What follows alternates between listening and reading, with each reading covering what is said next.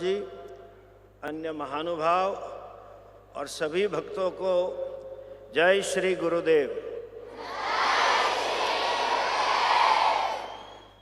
हमें हिंदी में और संस्कृत में मानव कहा गया है।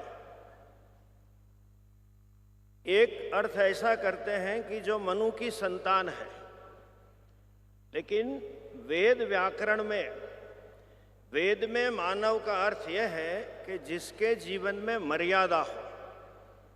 शरीर से हम मानव हो सकते हैं, लेकिन जब तक हमारे आचरण में, हमारे व्यवहार में संयम और मर्यादा न हो, तब तक हम मानव कहलाने के लायक नहीं।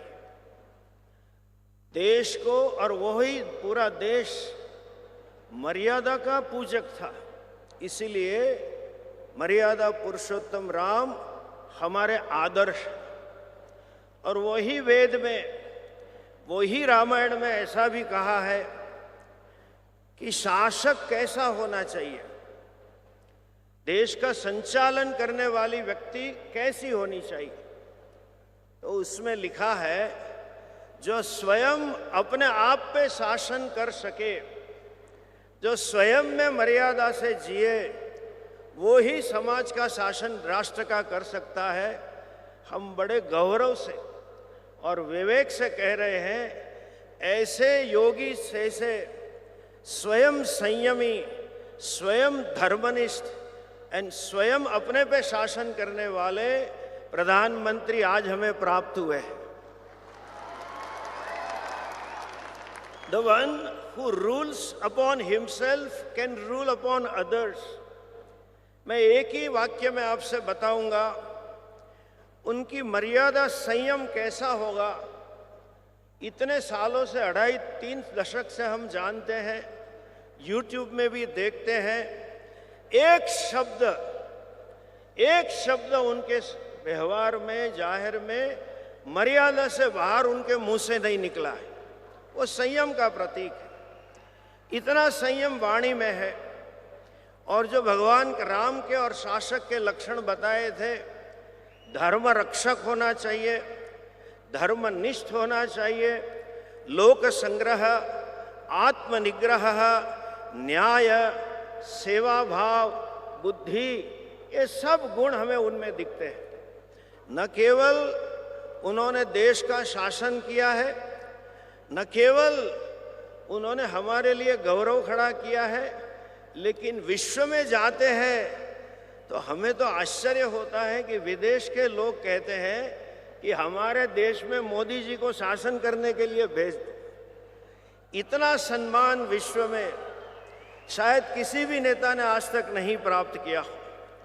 और समाज का जो सूत्र लेके चले हैं, सबका साथ, सबका विश्वास, सबका विकास, कितनी योजनाएं न केवल देश की सीमा की रक्षा करते हैं, देश की संस्कृति की रक्षा, यात्रा स्थलों का पुनरुत्थान, 4 धाम यात्रा के लिए अभी कल ही आपने देखा, दिल्ली से देहरादून का मार्ग बन गया।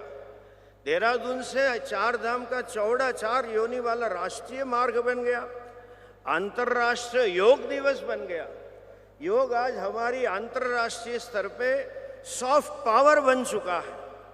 काशी तमिल संगमम खड़ा कर दिया, national cultural and digital link खड़ी कर दी, पूरी आर्काइव्स एवी है, माताओं को गौरव दिया, जनजाति समाज का गौरव दिवस शुरू किया, और ट्राइबल फ्रीडम फाइटरों का म्यूजियम भी इतना खड़ा किया।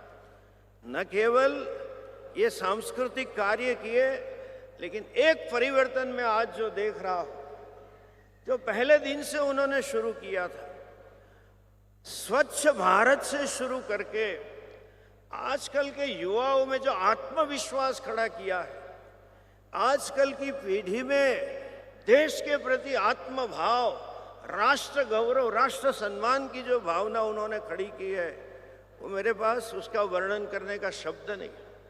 एक सब्जी वाले के बच्चे, एक ठेले वाले के बच्चे, एक रिक्शा वाले के बच्चे आज आईएएस बनने का स्वप्न देख रहे हैं।